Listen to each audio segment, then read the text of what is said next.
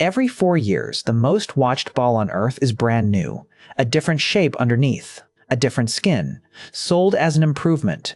You probably assume the old one wore out, that the makers found a better design, tested it, and handed the players something faster and truer.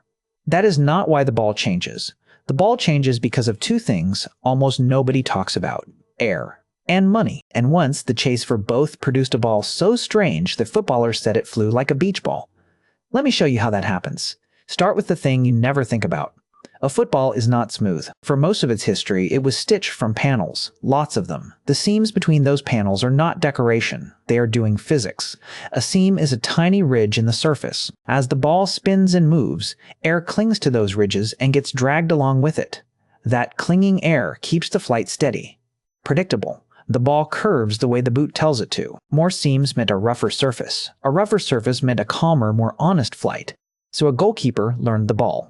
Over years, the way it dipped, the way it bent, his hands knew where it would be. But a rough, many-panel ball has a problem. It looks old-fashioned, and it is harder to sell as new, which is where the second force walks in. A World Cup ball is not really sports equipment. It is the most valuable piece of advertising in the sport. It is on every screen, in every replay, in the hands of children in every country at once. Nothing else gets that much attention for that many days. So the maker cannot just reuse the old one. A reused ball sells nothing. A new ball, with a new name and a new look, is a product launch watched by half the planet. Every tournament needs a fresh design. The commercial logic demands it. And the easiest way to make a ball look new and modern is to make it smoother. Fewer panels, cleaner surface, a sleek, futuristic skin, so the panels dropped. From many, to a handful, to barely any. And that is where the trouble started. Because when you smooth the ball, you take away the seams. And the seams were the thing holding the flight steady. Now the air no longer has those ridges to cling to. It slides over the surface and then breaks away in a way that keeps shifting as the ball turns. The result has a name: knuckling. It is the same thing that makes a knuckleball in baseball so hateful to hit. With almost no spin, a smooth ball does not curve in one clean arc.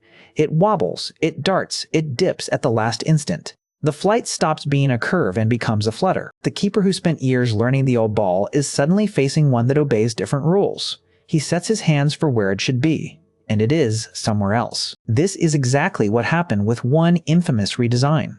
Chasing that sleek, sellable, ultra-smooth look, the makers produced a ball so smooth it became unpredictable in the air. Players hated it. Strikers said it swerved at random. Keepers said they could not read it. Some described it moving like a beach ball, the way one veers when you tap it across a garden. The thing that made it modern was the thing that made it misbehave. And here is the part that should change how you watch. You have seen a free kick wobble impossibly and called it skill. You have seen a keeper flap at a long shot and called it a blunder. Sometimes it was, but sometimes you are not watching a mistake at all. You are watching aerodynamics. A surface designed in a meeting room, behaving exactly as smooth surfaces behave, defeating a professional who trained on something rougher. The ball did not get better. It got newer. And newer, in the air, is not the same as better. So every 4 years, the cycle repeats. A fresh skin to sell. A smoother surface to look new. A small physics surprise nobody fully predicted. Then a quiet correction, more seams added back, until the next launch wipes the lesson away. The players adapt. The pundits blame the players.